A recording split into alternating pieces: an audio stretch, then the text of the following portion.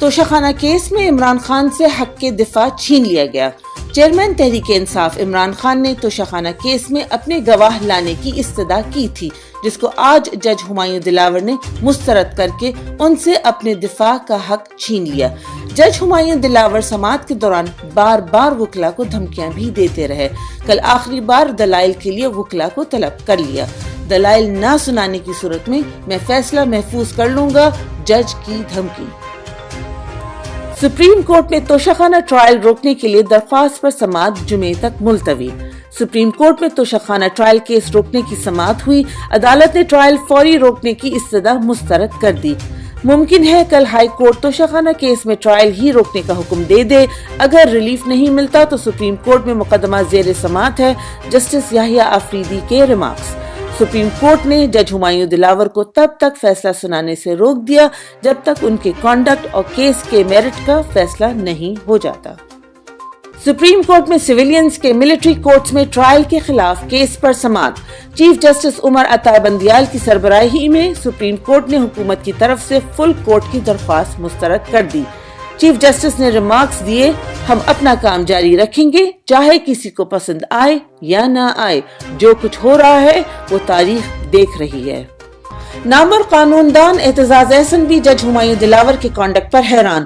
اعتزاز احسن نے T V channel پر گفتگو کرتے ہوئے کہا، جج ہمایوں دلاور دفعہ 193 ضابطہ فوجداری پڑھ لیں، وہ توشخانہ کیس کسی صورت سن ہی نہیں سکتے جب تک میجسٹریٹ پرائیویٹ کمپلینٹ سیشن عدالت کو ریفر نہ کرے، اور یہ استغاثہ میجسٹریٹ نے ریفر نہیں کیا، ڈائریکٹ دائر ہوا ہے، اس لیے قابل اخراج ہے، مگر جج ہمایوں دلاور ہر صورت فیصلہ سنانے پر بضد نظر آتے ہیں۔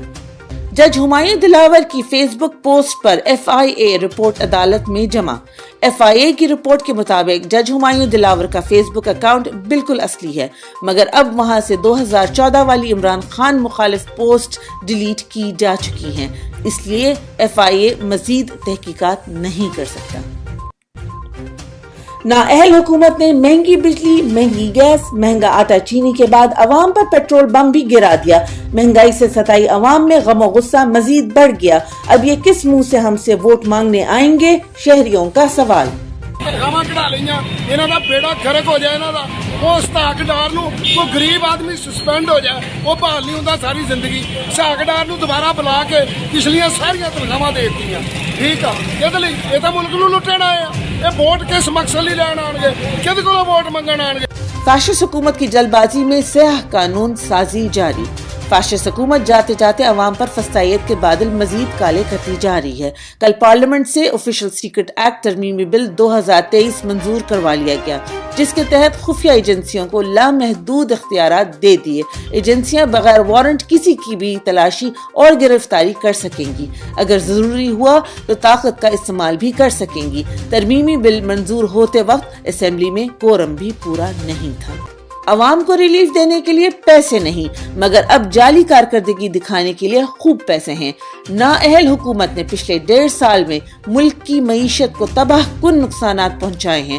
عمران خان کا عوام کو دیا ہوا ہر ریلیف چھین لیا ہے، مگر اپنی جھوٹی کارکردگی دکھانے اور میڈیا مالکان کو پیسے دے کر منہ بند رکھنے کے لیے پورے صفحے کے اخباری اشتہارات چھپوا رہے ہیں۔ مہنگائی مقامات والوں نے مہنگائی کا ہر پچھلا ریکارڈ توڑ دیا۔ نااہل حکومت نے جہاں ایک طرف خود کو کرپشن کیسز میں ریلیف دیا ہے، وہاں عوام کے لیے مہنگائی کا پہاڑ بنا دیا ہے۔ پچھلے 1.5 سال میں 10 کلو آٹا 628 روپے مہنگا ہوا ہے۔